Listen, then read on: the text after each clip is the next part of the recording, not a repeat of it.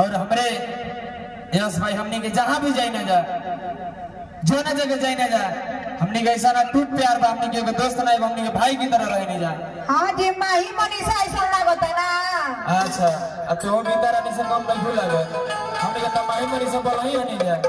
तो गीता रानी से कम नहीं लागत तू है ना कौन हो हमने के दोनों भाई के जोड़ी जहां जाए ना जा अमर रहे काहे ना रही माई की कृपा बा आ तोरा ऊपर कृपा नहीं तो का कहल गीतो रानी एगो स्टार है अपना आपके तारा कहीं नहीं तो तू रहबू का। अच्छा चलो ठीक है बा हां माई के दरबार में गीता रानी स्टार से का हम गलत नहीं बोलते हैं कहने का मेरा तरीका है कि लेकिन समझने वाला समझ सकता है कि क्या अगला बोल रहा है। इतना में मारा हम ना समझ गई नहीं। अरे अब जाए ना तब भैया माने मनीषा स्टार ना है जी आई रे है नहीं तो आई ये जो हम जागरण फ्लॉप करते हैं जागरण बंद कर देंगे। अच्छा चलिए ठीक बा कोई दिक्कत ना लेकिन एक अपन भाई खातिर कहो हरि की तोहरा से प्यारे यादें कबो नहीं टूटी हरि केहू के तुरा ले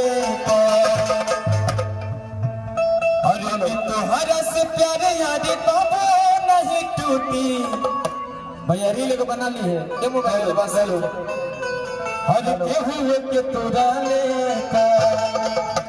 अरे तोहरा से यारी बचपन के बयारी अरे यारी छुट्टी ब्याह भइले छुट्टिए जाए ठीक ना कहनी हमारा काम ठीक कहनी लेकिन हमने के कमेटी के तरफ से आदेश है भैया हमने के आपस में दोस्ती के निहार कोई नहीं हो जाके हमने इतना प्यार बा लेकिन कहे के भाई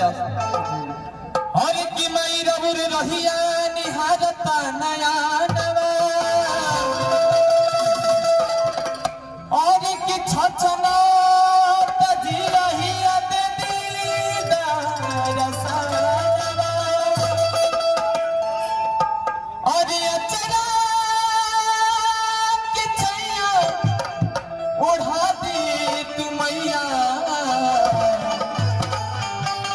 अरे मान ले तू पीसा यस रजवत कहा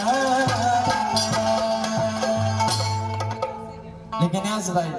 यहाँ तहरापन कलाकारी दिखावा हम जानते हैं कि तारावाज फसल बाबू लेकिन तू यहाँ पर कलाकारी दिखावा काहे से हम तो जम नहीं की पावत लेकिन तू यहाँ जमा के दिखावा। अरे भैया हमार कहे के गाना बा हरि की याद की परी हो माई हां ये चीज बा हरि की याद की परी तोहरा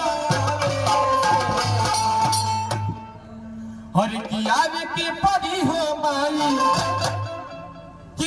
के परी हो माई पर किया के परी तोहरा कि जब अंगना में गुड़िया बोरी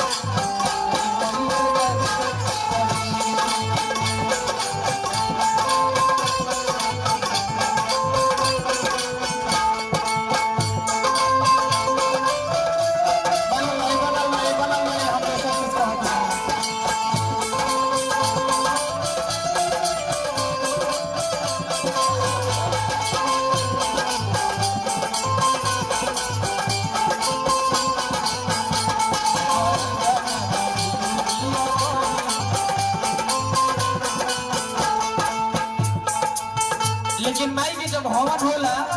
तो खूब बढ़िया एगो भाव लागल आम के लाकड़िया मैया सुरही गया के दिवा हो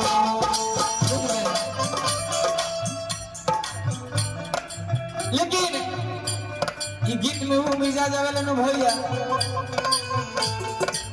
अगर भाई तो माथे की मूर्ति में मुस्काली कितना निक लगेगी लेकिन कहे के बाद आम के लाकड़िया मैया सुरही गया के दिवा हो आम के लाकड़िया मैया सुरही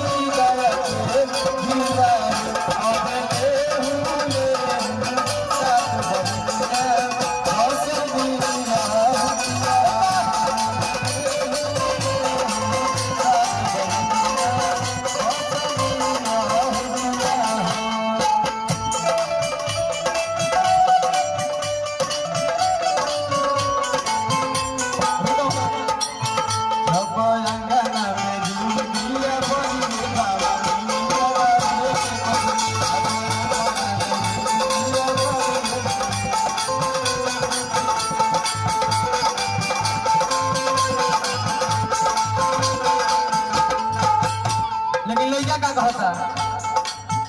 ये माई तोरा के मन में बसौले बानी लेकिन हमरा पास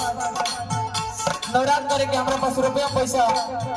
धन दौलत कुछ नहीं के माई जाके बाजार से फल पहाड़ी लेती लेकिन